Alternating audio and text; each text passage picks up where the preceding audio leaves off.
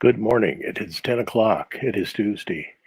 It is May 26th, Eastern Daylight Time. It's not raining. Probably shouldn't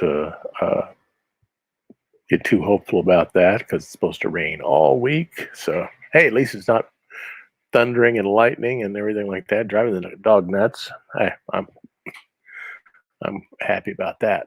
So, this is Blue Boy Brown. I'm David Greg Taylor, and I'm continuing a drawing that I started yesterday from my sketchbook, and now it's ready for color. I'll show it to you in a second. There's my opening screen. Howdy doody. So let me do that.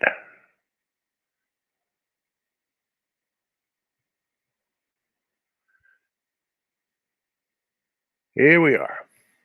Let me save this thing. I had the dang thing, had Photoshop crash on me. They do. They like to do that. Ready for color. Okay. Okay, I'll just save the recovered one. Okay. So yesterday, this is probably what everybody saw, and I finished up with the little things that I was doing over here, made little adjustments here and there, and filled in this area here, which is, the silhouette of a tree.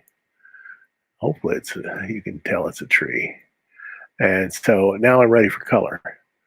So I installed my tone layer using the old painting principle that is as old as the Renaissance of toning your canvas so that you can go up to the lights and down to the darks, and you don't have to mess with the white of the canvas driving you nuts, which is not a good way to judge color either. So, and then I placed a watercolor scan on top of all this. And then I have my shadows layer, which right now I haven't got it, and my color layer. And then I had yesterday, I might as well, watercolor layer's not going to be messed with. Sure wouldn't want it to be. I erased an awful lot in the original sketchbook drawing and replaced it with another layer. I guess I can merge those two. Now, no use having those all together. If I need it back, then I can always do that. A little swig of coffee. My throat is.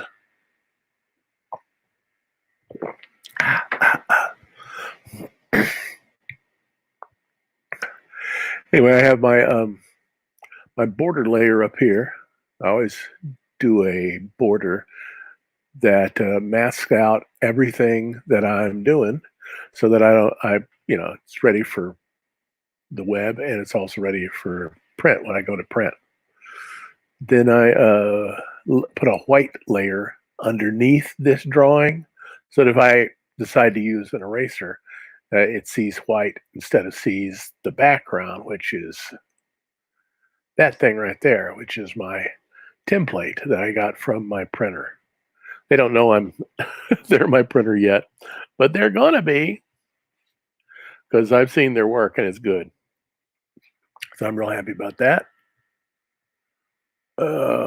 There you go. Let me just make sure that I don't have sound. Yeah, good.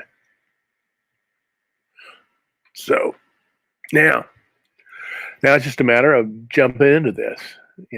Cross your fingers and hope you do something right.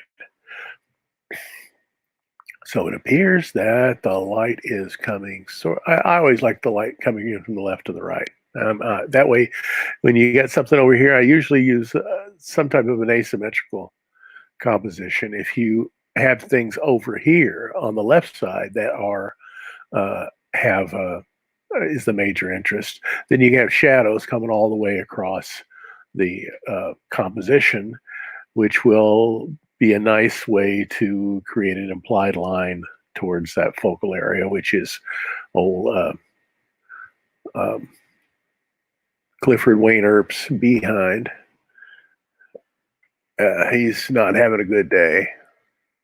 I should bring this up, use my trackpad, use this so that I can actually see what's going on. And then I'll, if it works, my midtones. Now I want the highlights. And I want to, I'm going to have those days where I have to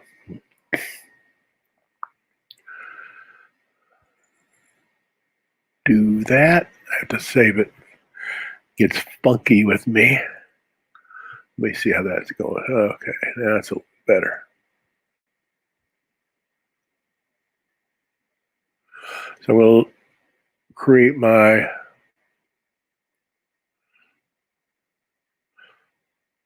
lightest values.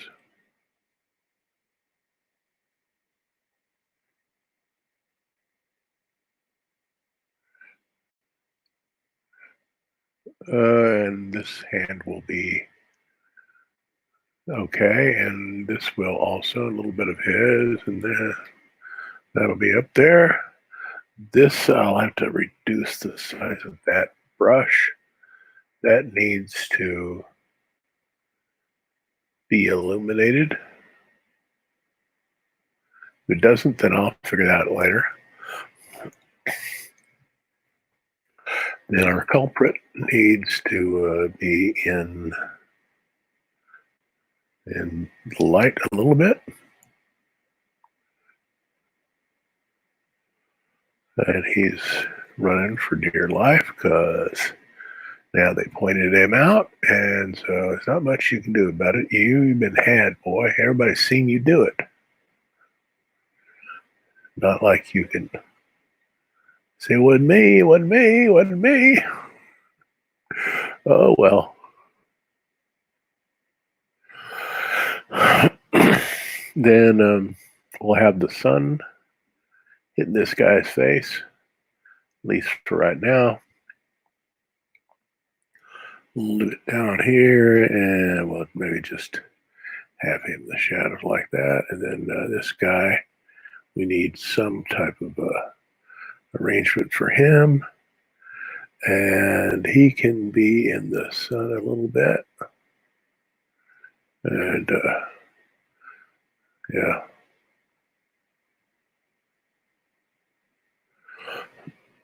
Then we'll have these being in the sun. We'll try to create some kind of a shadow situation so that Clifford's shadow falls sort of like this.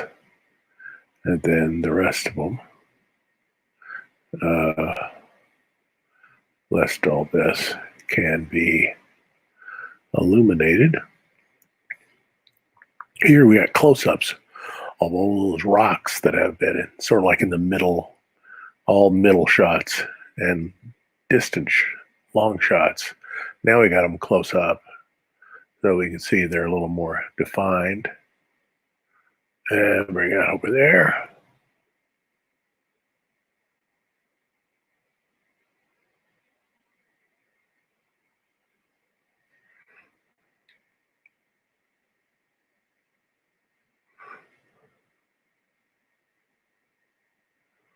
Okay, maybe we'll just bring that down like that. I'll bring it on like this so these I've been harping on about chromatic neutrals for the last several days. But when it comes to things like tree bark, that's gray.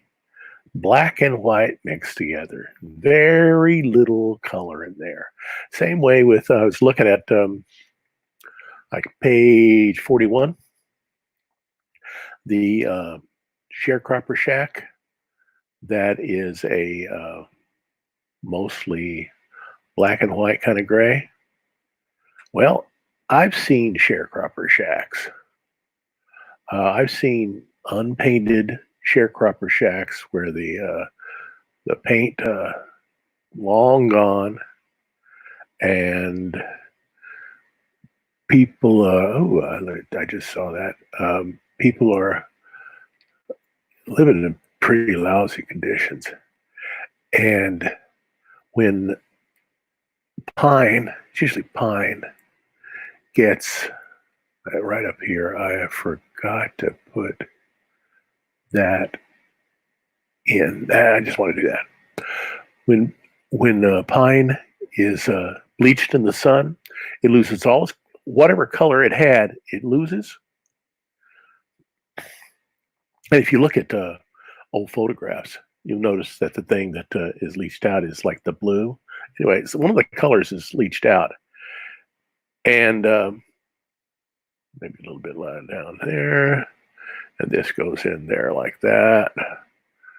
And this has to go in like this. And I think I should do that again. Down here. Yeah, just the suggestion of that. I just wanted to make it a little more believable. Not there. And so they are just a gray. And it's just the kind of gray you see when you mix black and white. And it's really gives you an idea of why you need to paint your house. Because it's open to all the elements, and it rots. And so, but trees, the bark is usually a value of gray. And if there's any color, it usually has something to do with the actual tree that's being protected by the bark. The bark under the material of the tree underneath it might be a beige color, but it's not seen through very well. Rarely can you see through it. This doesn't look too bad. And then we got old Blue Boy down here. So I'm going to have a real gray, black and white gray for those trees. And I'll decide whether or not I want to make them chromatic neutrals in a little while. But for right now, trees are gray. That's just the way it is.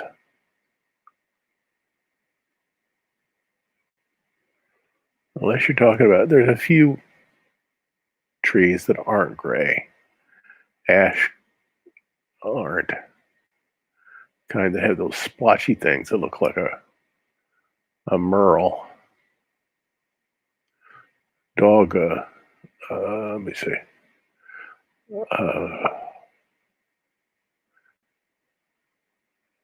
They got spots all over them. Beautiful trees. You see them a lot in Colorado. When I used to hike in the Rockies, you'd run into a lot of ash trees. And you run into ash trees in like New England. Beautiful trees. Gorgeous trees. And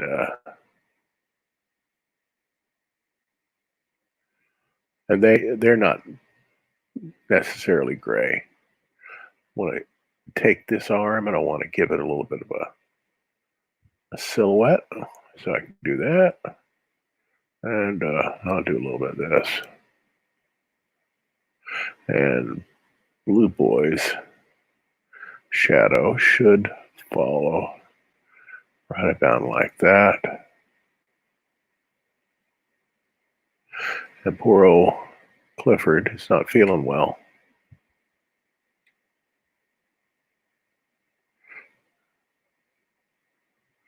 Okay, and here's there'll be a shadow falling over him.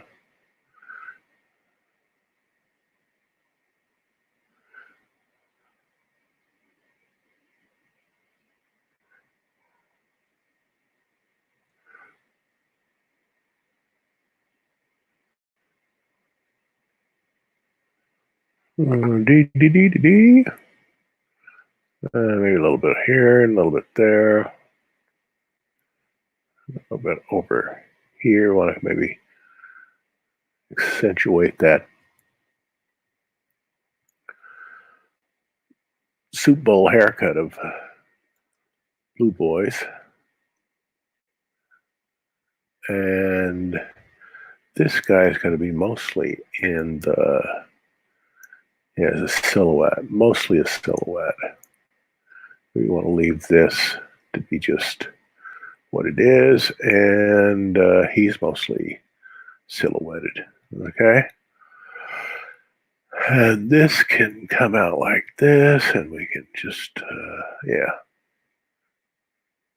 And we'll do that, la, la, la, la, la. Okay, and so, yeah, by doing this, I established that this is all a silhouette. I had a commenter on YouTube tell me how much she loved yesterday's live stream. Yesterday was a lot of fun. It may be a paradigm for some of what I do in the book, especially when I'm doing redrawing, is like just do it in your sketchbook, scan it, and then bring it in here and just draw over it. And it works out pretty well. I really like this. Hey, my wife likes this. That tells you something. If my wife likes something, then I'm on to something. So let's go to our good old friends down here. And I should probably open up the TIFF of this. This is page 63. Do I have 63? Here's the 63. And because I want that pure blue, not the, get rid of this JPEG.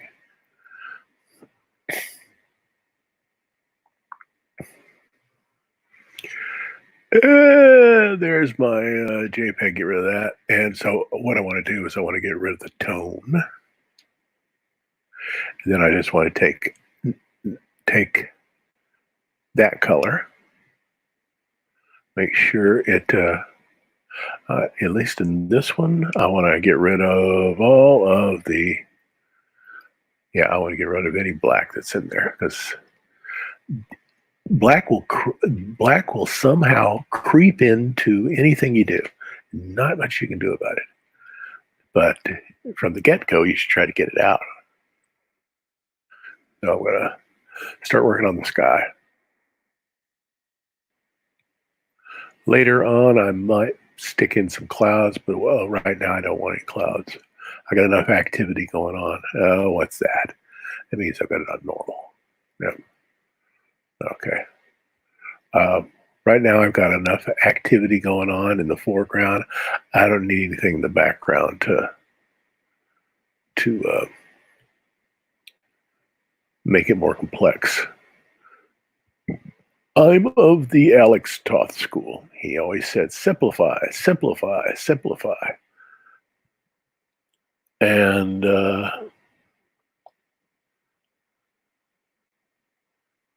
Alex is my man. Guy could do anything. Shame the comics didn't treat him better. But we have all those Space Ghost storyboards we can look at, which,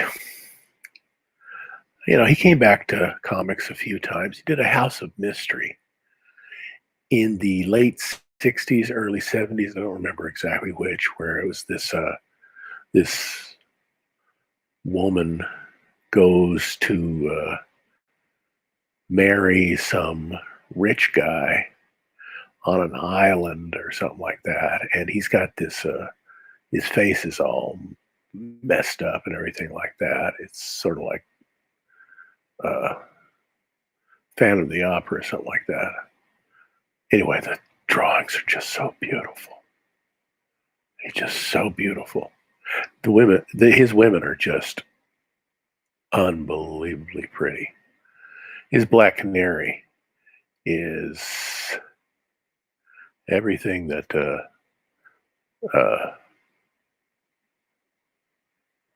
what's her face in the Avengers is supposed to be. That's Black Canary. Black Canary is the original of these women who could kick tail and take names. And his Black Canary is just like, ay, ay, ay, ay, ay. How you fall in love with an ink drawing.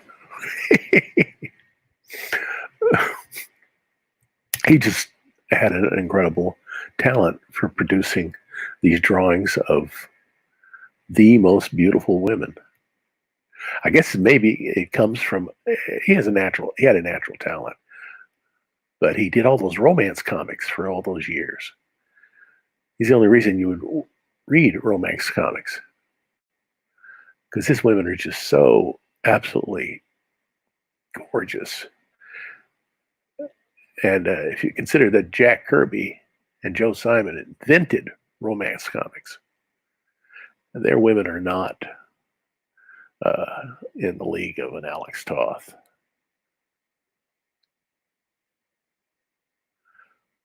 Toth is he's like the Adam Hughes of his time. All of Adam Hughes's women are just drop dead gorgeous. But he gets all that from Toth. I think everybody gets it from Toth. Alex Raymond could do the same thing. Alex Raymond's women looked a lot like Toth's women. And they're both the same. Raymond's a little bit older than Toth. I think Toth started his career as a teenager in the late 40s, just after the war. And he was doing he was backing up some bullpen guy. The guy said the kid could draw anything. So he's just one of those prodigies. But Raymond had been doing Flash Gordon and stuff like that for since the 30s.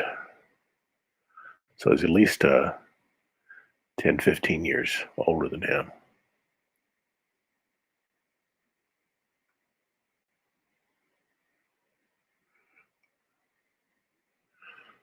So Alex and Raymond and Alex Toth.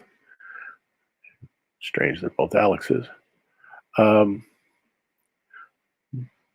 Their drawings, women are just to die for. Honey in Rip Kirby is just absolutely perfect. Just a perfectly beautiful rendition. She's just superb. He just really, he must have had fun drawing her. Try to put this up here. Just do it like that. A little bit like this. When you start drawing trees, you have a tendency to start walking around the neighborhood and wherever you go, just looking at trees so you can do them right. And there's just so many dadgum trees in this world. They're so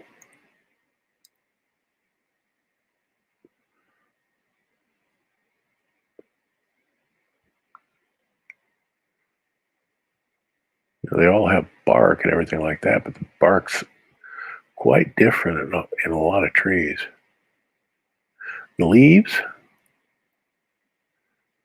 when I grew up, the main trees were like elms.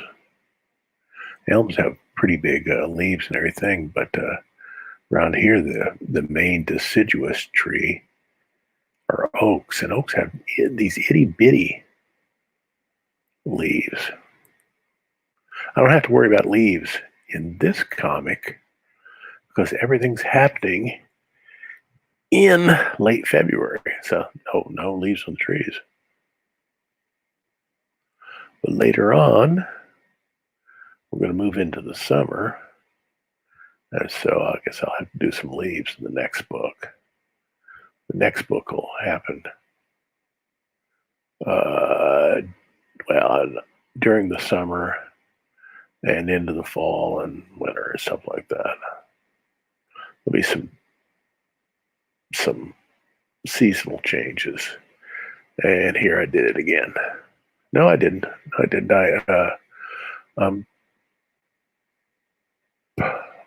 Didn't I change that?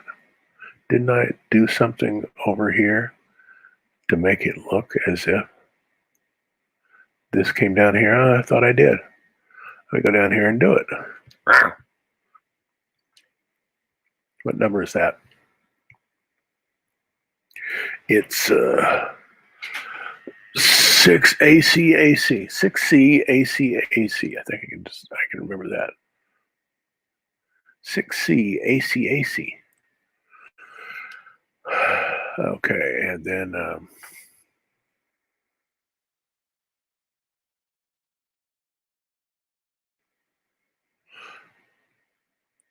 maybe I should bring it down like this. I don't like that. Okay.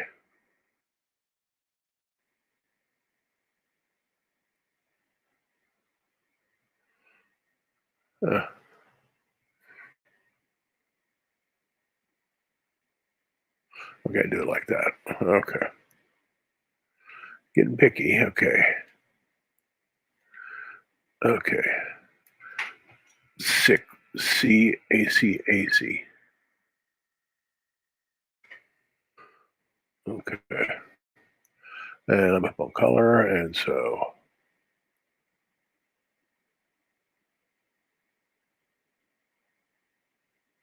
right there, I think I got a little too much color in there. Let me see what I can do about that.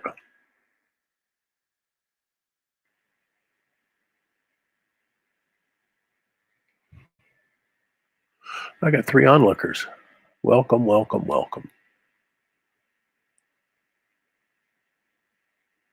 Back in the 70s, I was an underground cartoonist back when we were all crazy.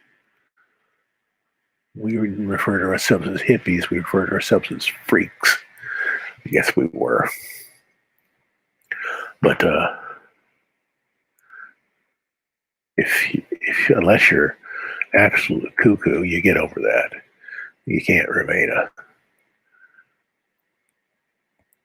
ticked off at the world and all this other stuff forever. Doesn't work. Especially when you understand that there is no way to have a perfect world in this plane of reality because there are too many variables. Everybody has to get on the same page. That's not going to happen. Not everybody's going to say, "Oh, gee, I'll love my neighbor." No, most people are going to get caught up in the hustle and bustle of life, the rat race and everything. And what are you going to do? What are you going to do? You're going to try, as I become older, and the cloud has dissipated, over my youthful brain. Fortunately, I remember all that stuff. Um, there is only one thing to do. Where you are, make a difference. Where you are, make a difference. And the best place to make a difference is in young people. Don't try and turn them into people who are going around screaming at the world saying everything's got to be perfect, or I'm not going to do, I'm not going to, I'm going to hold my breath until everything's perfect. That's not going to work. Try to create the best things you possibly can right where you are, and you make the difference. You stop being a jerk, because the only variable you can control, unless you want to become really heavy handed and do things that history is not going to treat kindly, which has happened many times. So becoming a teacher. Anyway, I was an underground cartoonist, and we were just nuts. We were just nuts. But we didn't do some of the crazy things that people did back then. We just did comic books. We just wanted to draw, which is really difficult to do in the 70s because it wasn't much of a venue. Wasn't much of a venue. And I'm not a salesman. So going out to, even if when I got published, I didn't go out to comic book shops and hawk things. Others in my little group did, but not me. I'm not that kind of guy. I'm kind of comfortable doing this because I don't have to talk to you. I don't have to look at you in the face and convince you that you should do this or do that or carry my comic book or anything like that. If you're here, it's well, you're either an erstwhile fan, hard for me to wrap my head around that one, or some reason you come on over here to see this, and that makes it kind of easy on me because it's like teaching. When you're teaching, early in your career in teaching, it's kind of scary. And then you realize, wait a second, it's just a bunch of people who are waiting for me to say something. And I have complete control of the classroom. This is my little fiefdom right here. Anybody who comes in has to get my permission, unless it's the principal or a chair of the department, to walk in and bother me. So you get used to just say, okay, this is what we're going to do today. And la, la, la, la. Anyway, 70s is a tough time for all this. So I just gave it up.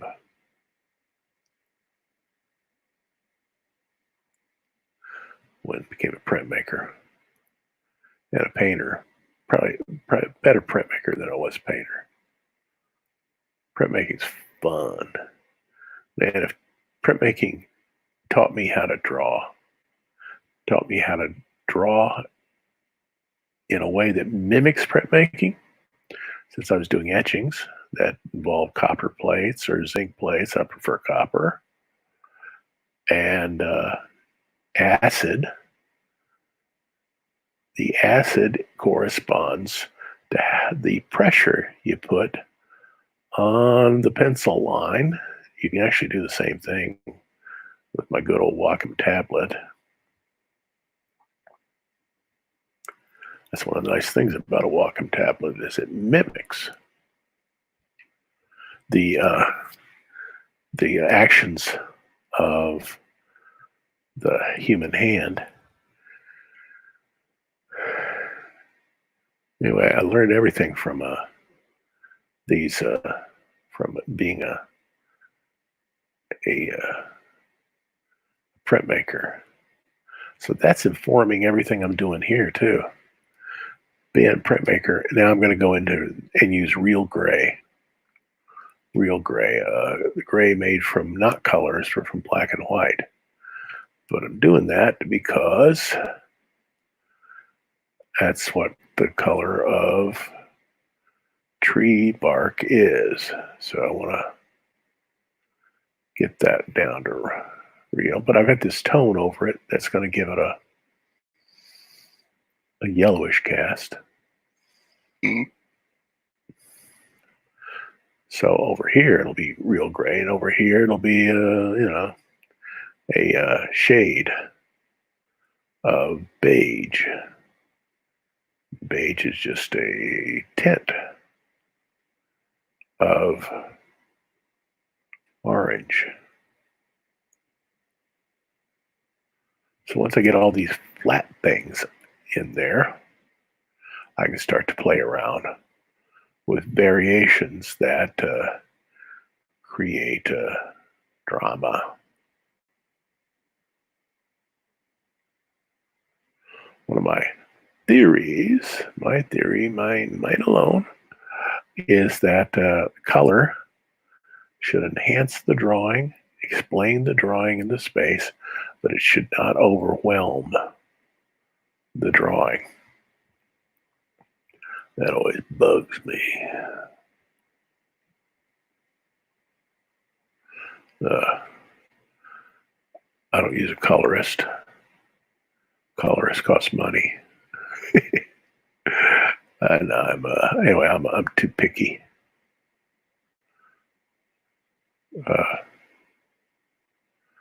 To use a colorist. I just like doing this myself.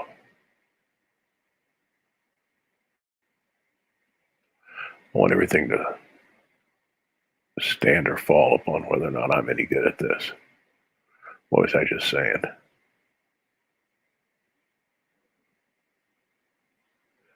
Anyway, this color will be warm. This color will be warm in this area that I'm painting right now. And once I can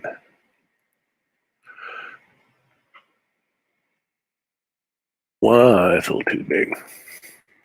Once I get everything colored, which would be easy to do if I did flats,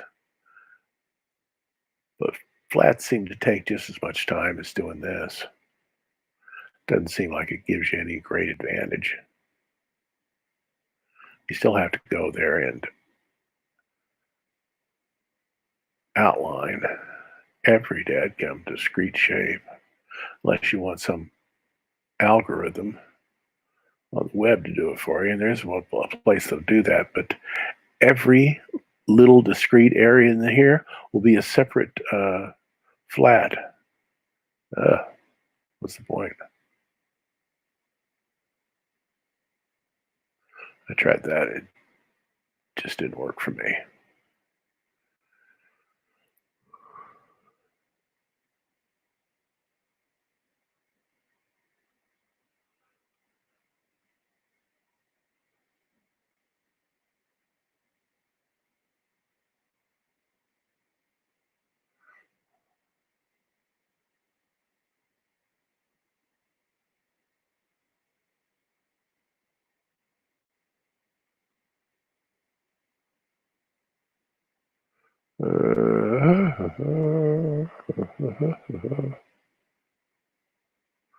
Okay, got that.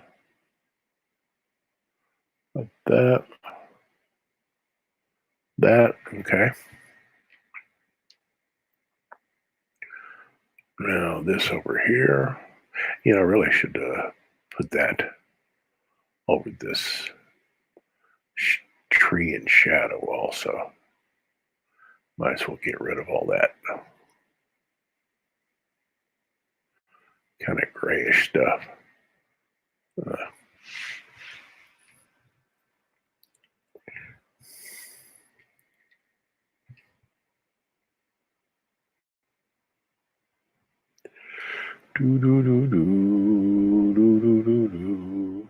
Oh, what's this?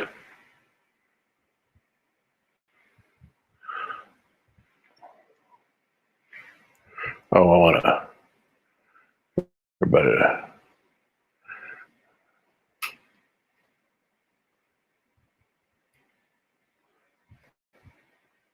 there. Okay, where am I? What am I doing? Oh, here. I'm still got the rotary. Ugh. And the rotary has stopped revolving. That's not good.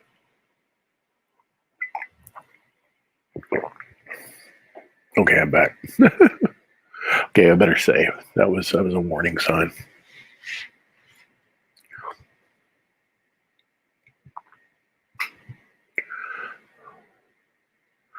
Okay. So back to doing this.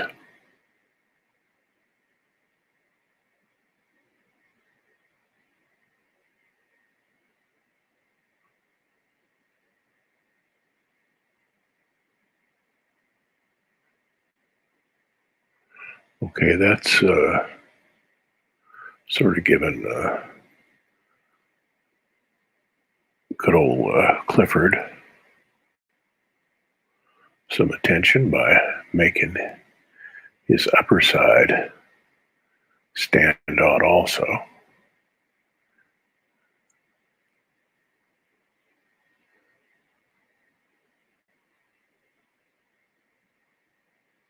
This is Tuesday. Next Tuesday, there'll be a modified schedule. I'll do it one of two ways. I haven't decided yet. Since I'll be teaching online during a portion of when I usually do this broadcast, I may just do this from 10 to 11:30. At 11:40, I start teaching online. And so I just have an hour and a half on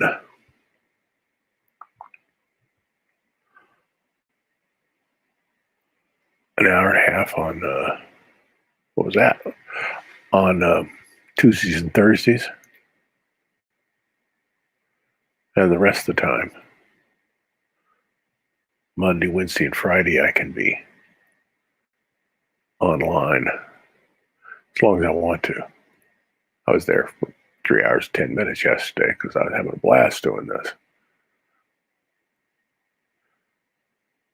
I took that long to get the drawing to the point where it is now, and I did a few things yesterday after I left the broadcast just to get this ready today. And then I may start taking the weekend off. Maybe just do watch parties on Saturday nights or something like that. Or watch parties on Saturday morning or something like that of previous stuff. Give myself some time to do other things. Grade papers, for one thing. Yeah, I got great papers. You go to school, you're teaching, you got to grade papers. So that leaves me some time open to do that. One good thing about doing all this online is you give a test. If it's taken online, well, it's automatically graded for you. You do not have to go in and do anything. You just set things up beforehand so that the kids have only enough time to take the test. And if they try anything funky, they'll flunk. There's no way to get past the fact that if you try anything funky, you will flunk.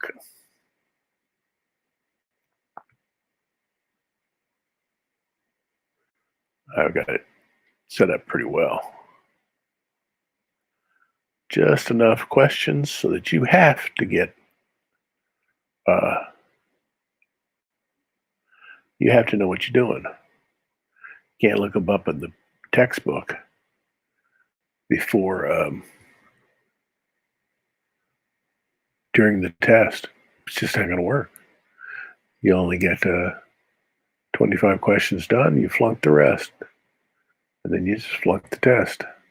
So I give kids really good study guides, so it's not a problem. Okay, more gray down here. So I'll be teaching on Tuesday and Thursday, and then I'll just do Monday and Wednesday, Friday like I'm doing now, and then probably take the weekends off or promote the book using reruns. Not a bad idea. Occasionally I get a good one. That way I can do other things. Refine the book, for one thing.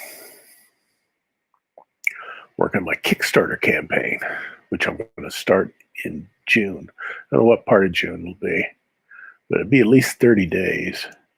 So please be looking for it because there'll be all types of perks that are part of the Kickstarter campaign. It's not just getting the actual comic. You can get things like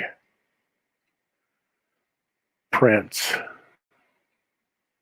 maybe some buttons, the kind you put on like political buttons, except it's no politics involved.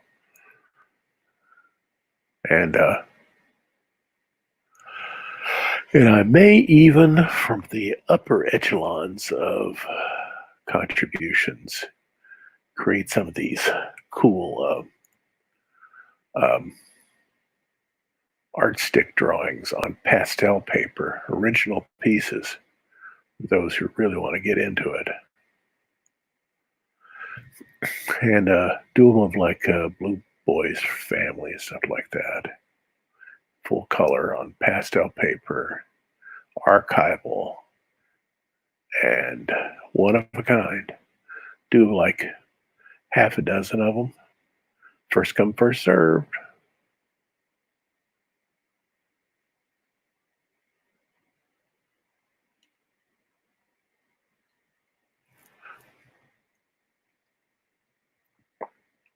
Well, that sure does give old Blue Boy some attention to his that large form that is our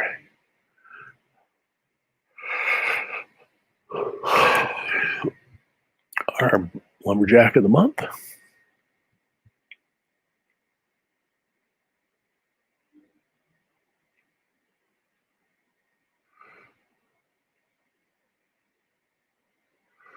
Ooh.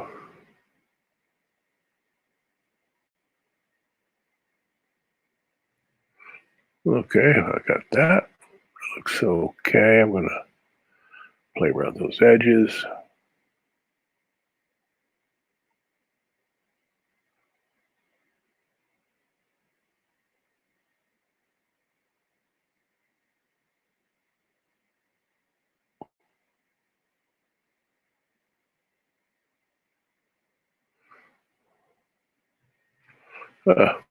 Okay.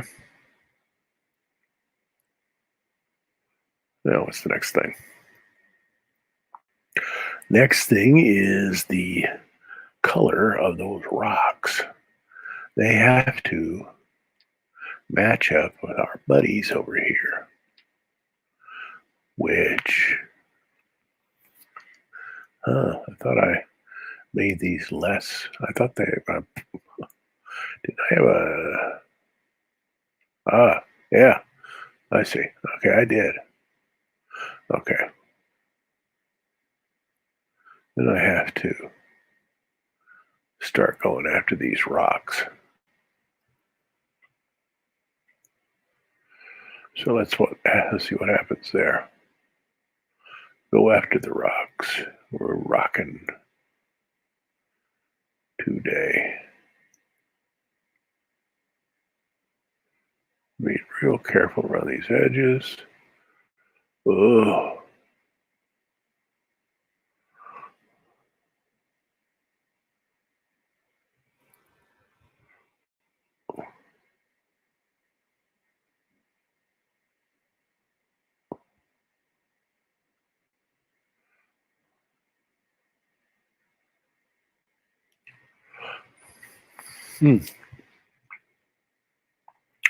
That is a suspicious color.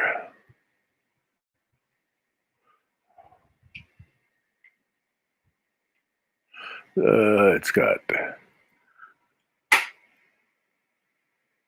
a whole lot of black in it. A bad boy. So I'm going to redo that. Get rid of that black. See how that black is kind of dull. That color with black in it, it's kind of dull. But if you replace it, it brightens it up.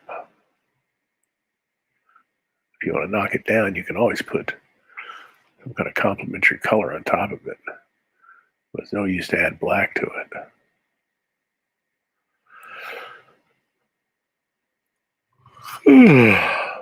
Okay.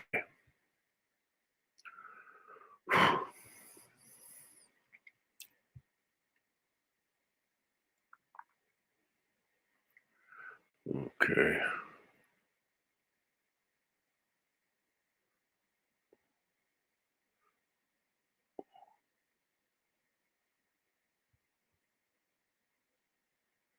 At least when you're coloring, you can actually tell where what I'm doing and when I'm doing it. It's not like drawing where you go, what's he doing?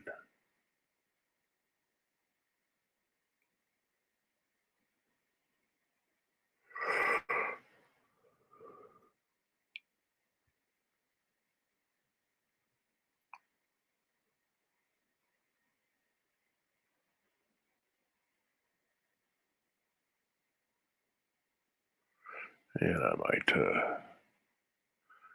some kind of strawish color amongst all that to explain what looks sort of like grassy elements in there. A straw color wouldn't hurt anything.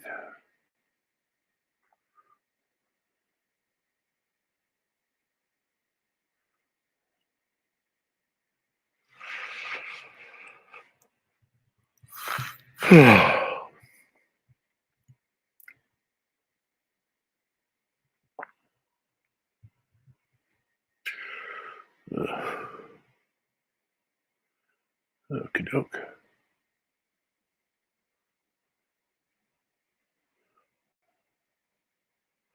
Get my rotary phone. But as long as it's working and I'm getting coverage, it's not so bad.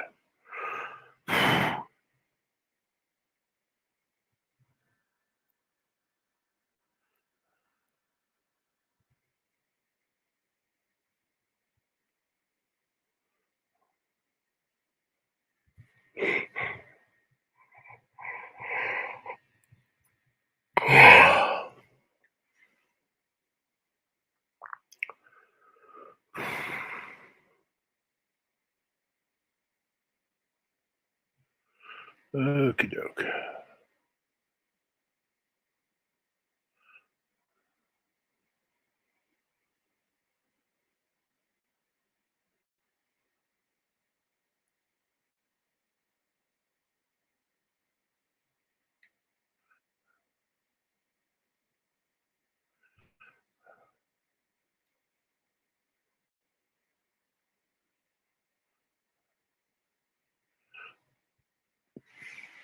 Okay, now over here. Oh, this here I'm going to kind of make strawish.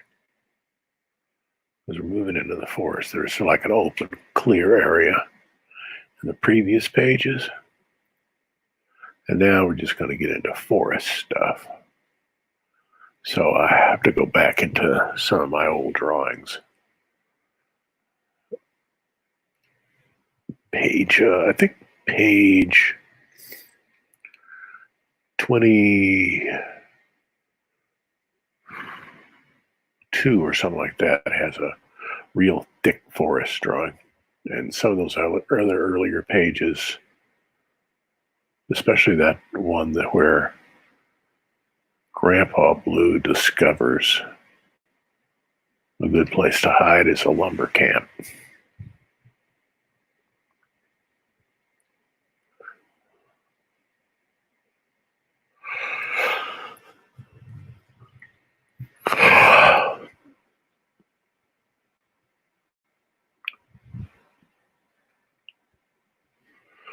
Ooh-dee-dee.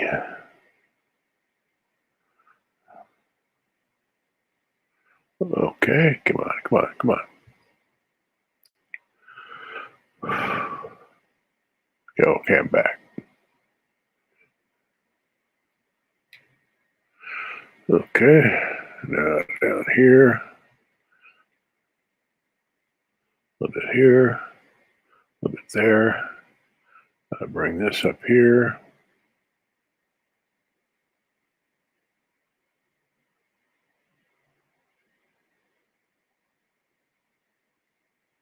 I was looking at some old newspaper comic strips, scans of things from like in the 40s and 50s last night. And the color registration was just horrible. The color would be off register in a real glaring way. Like nothing was right. Because what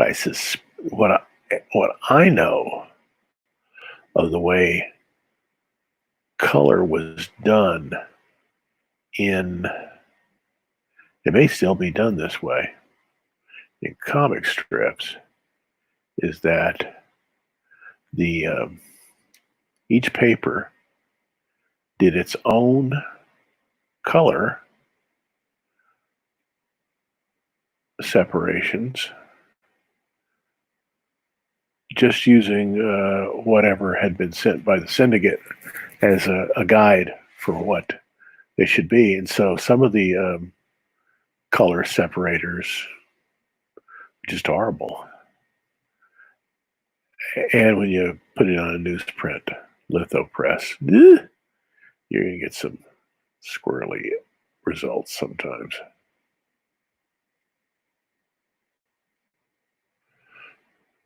Okay. So we just noticed that, didn't we?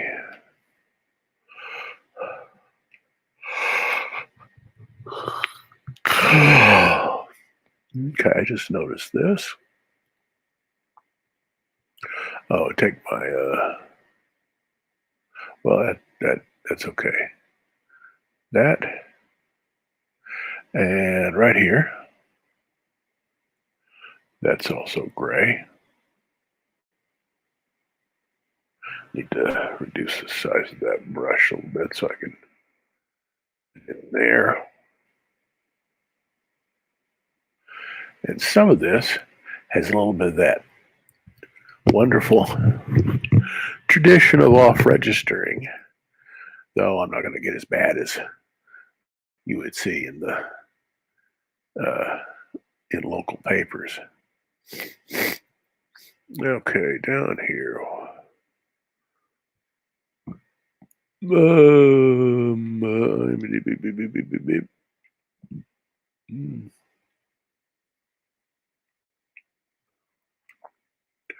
Maybe put a little bit over here.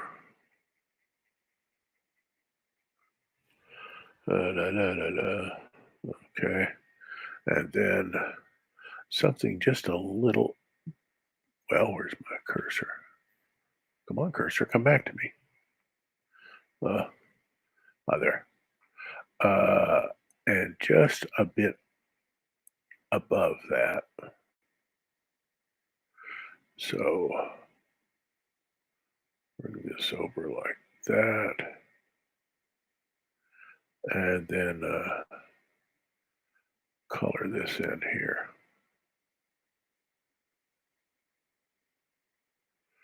I can play around with that later.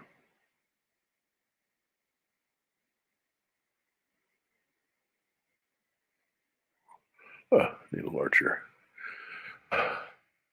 Cool.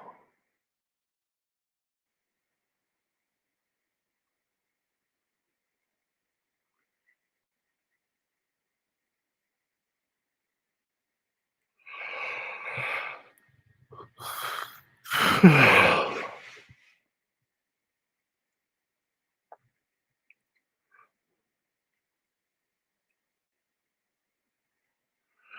is actually the way I do watercolors. I don't do it the old uh,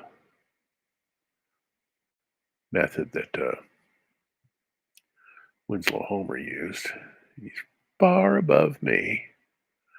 I create all these other these layers, shapes, and everything like that, and then I draw over it, uh, which is similar to what's going on here, except I've already done the drawing. And so let me see. What's that color going to be back there? Let me see if I got a color that I can put up there. Yeah, right, that one over there. Get rid of that. It's that color right there. Make sure it doesn't have any black in it. Get rid of the black. Okay, over here. And then, okay, I got this.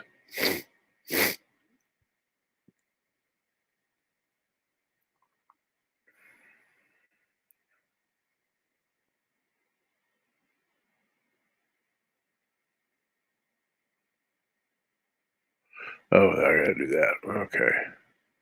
Occasionally you just miss things. It's a way of life with me. Don't do that. Maybe I should make that a little bit smaller.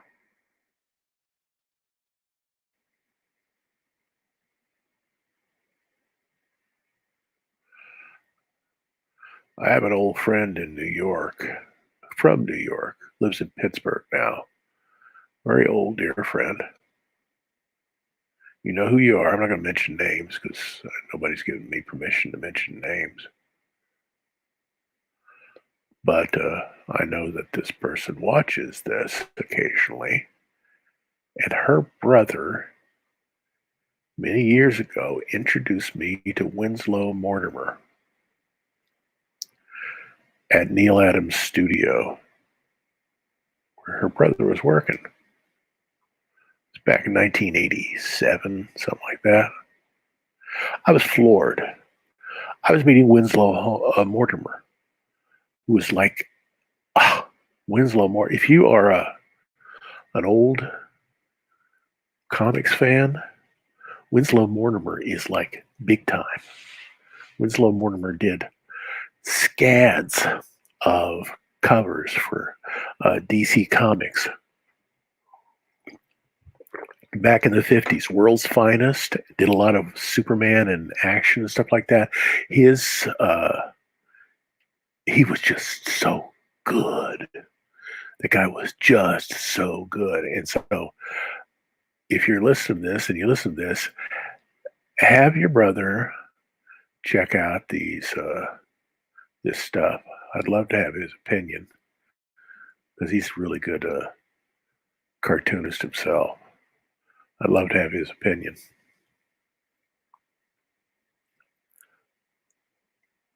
And do this over here too. Yeah, I'd love to see what he thinks.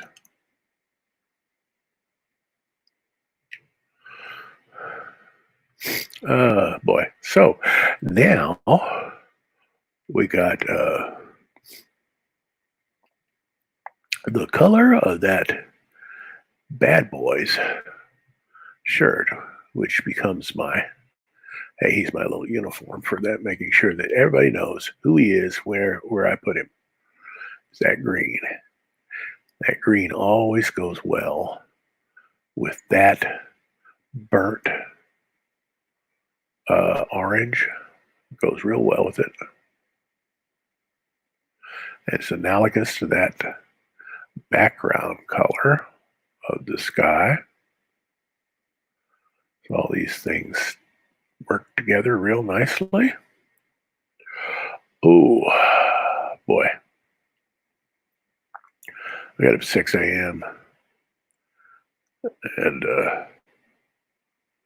you're my age. You don't understand it until you get to be my age. When I was putting myself through college working with geriatric patients, you would get them up in the morning, and you're like, I learned how to do this by working in a nursing home for a while. We get them up at like 6 o'clock in the morning. Ah, by this time every day, they were going back to bed, taking a nap. Now I understand. Now I understand. Okay. I understand those naps now. Makes sense. It's how old people recharge their batteries during the day. Take a little nap, you get up, you feel just fine for a few more hours, then you have to take another nap. Oh well.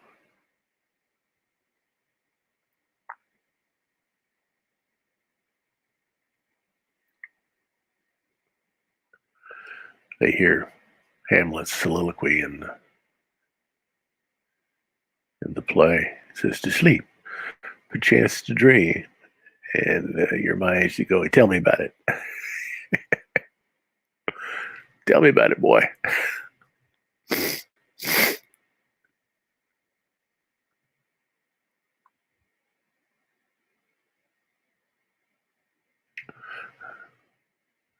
course, he's not talking about sleep, he's talking about death.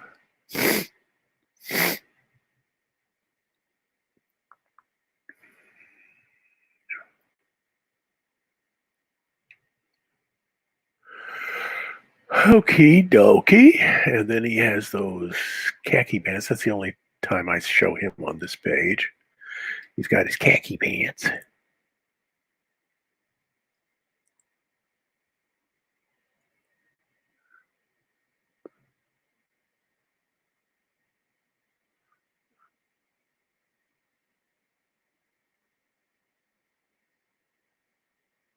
Oh yeah, I forgot. The shirt for this miscreant is also the same color as his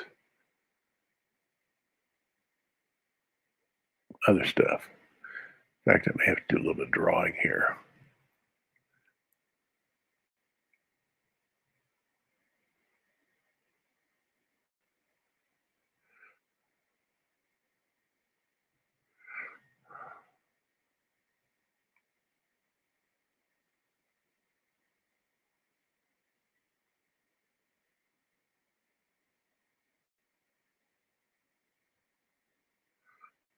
Okay. Down here.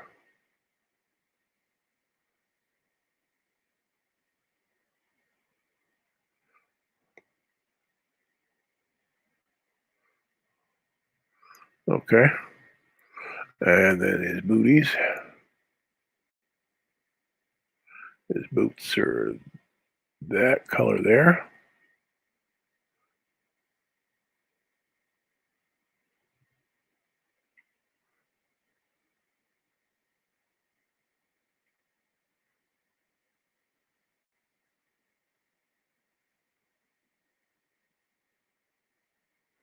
And then we'll bring it all the way up there.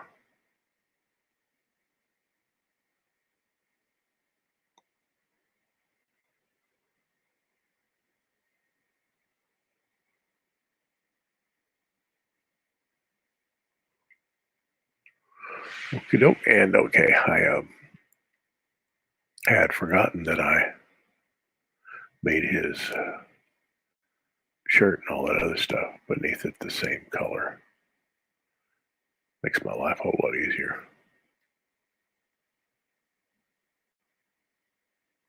Oh, dee dee dee dee dee dee dee dee dee dee. Okay, do that line down there first.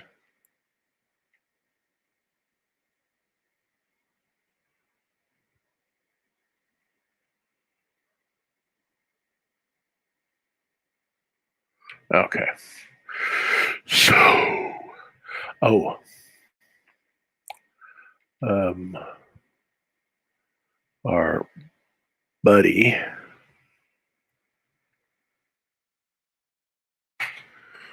Yeah, I got that. Okay.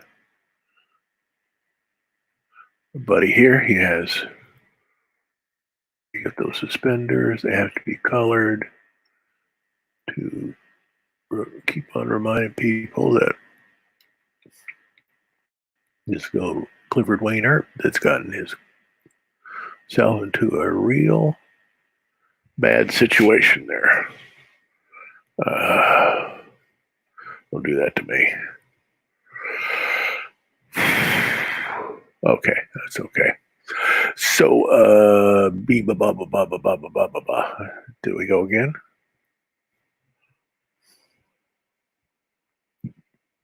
Where am I? Huh. Well, let's see if I can save. Oh, always does that. Well, when I get the rotary phone off, I'll fix that.